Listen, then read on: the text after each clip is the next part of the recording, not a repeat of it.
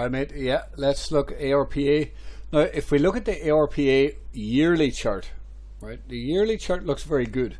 This to me looks like it wants to break up, you know, just from looking at this. There's some sort of pattern there. I'm not sure if that's right to draw it there or not, but you can see there clearly it's looking like it wants to break up above this structure and run. Okay, so that's the first thing. If we flip out to a quarterly chart, well, you can kind of see what that's doing.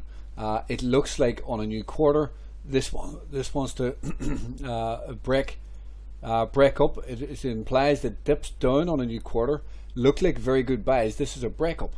This is 9 days left, and this is the strongest quarterly close in a long time. This is a bit of a breakup, and it looks like it wants to get continuation on a new quarter. So dips here look like buying opportunities. Hopefully it doesn't moon before a new quarter, but let's continue looking here.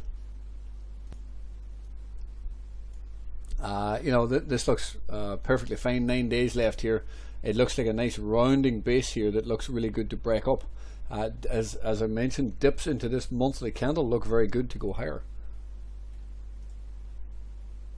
You know, the 2 week, it is still green, even though the market tanked and all the rest. So the dip is pretty nice. So, you know, in my opinion, it looks okay to buy a bit of spot here, but you need to be prepared to add to that spot position on dips. You know, sometimes these continue to run, but it does look like there should be a dip at some point. But you know, nothing's guaranteed. If a big buyer stepped in here and this moon today 30-40%, well, obviously those lows would be missed. But it's hard to know if that buyer is going to step in. You know, I think it looks fairly good here for a spot buy, but you definitely need to be prepared to add lower if you get that dip. You know, the RSI is good, the volume is good, the moving average structure is good. I like the fact that this white 100 moving average is moving over the top of price and coming back down underneath price.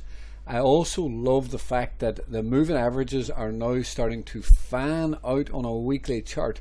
This entails, and this tells us that there can be a long-term uptrend, right? Oh, I didn't mean to do that. It tells us that there can be a long-term uptrend, you know, probably targeting up here.